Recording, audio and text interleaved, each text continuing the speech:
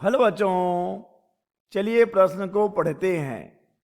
किसी लेंस से प्रकाश के अपवर्तन के लिए न्यूटन का सूत्र लिखिए तथा प्रयुक्त संकेतों का अर्थ स्पष्ट कीजिए। चलिए बच्चों, सबसे पहले हम लिख लेते हैं मूल अवधारणा। मूल अवधारणा जिस पर कि बच्चों यह प्रश्न आधारित है। बच्चों यह प्रश्न आधारित है न्यूटन सूत्र पर।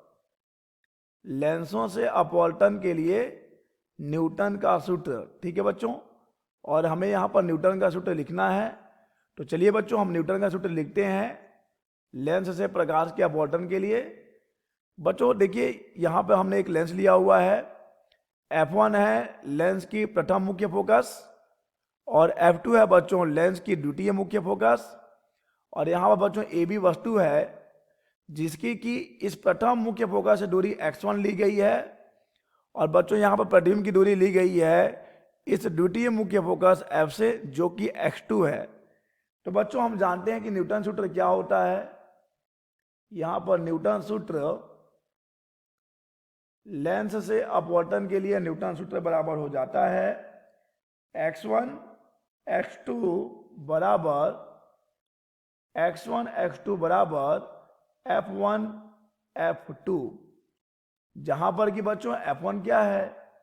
F1 है प्रथम फोकस दूरी, प्रथम फोकस दूरी, और F2 है बच्चों द्वितीय फोकस दूरी, द्वितीय फोकस दूरी।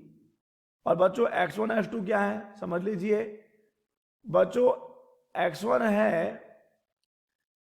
है वस्तु की दूरी प्रथम मुख्य फोकस से। वस्तु की दूरी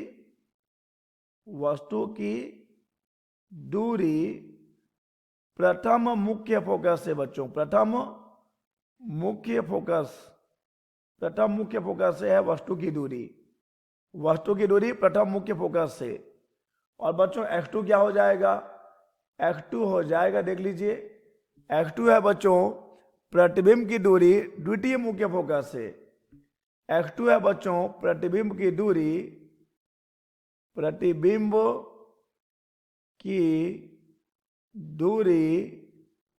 द्वितीय मुख्य फोकस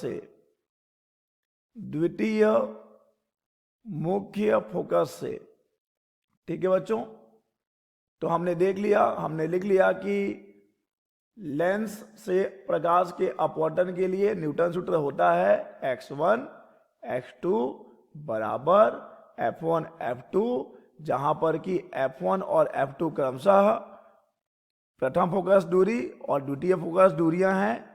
और x1 क्या है बच्चों? x1 है वस्तु की दूरी प्रथम मुख्य फोकस से और x2 है प्रतिबिंब की दूरी द्वितीय मुख्य फोकस से। बच्चों न्यूटन का सूत्र केवल और केवल वास्तविक प्रतिबिंबों के लिए लागू होता है। याद रखिएगा बच्चों, न्यूटन का सूत्र केवल और केवल वास्तविक प्रतिबिंबों के लिए मान्य है। वास्तविक प्रतिबिंबों के लिए मान्य, ठीक है बच्चों, वास्तविक प्रतिबिंबों के लिए मान्य। आशा करते हैं बच्चों आपको यह प्रश्न समझ आया होगा। धन्यवाद।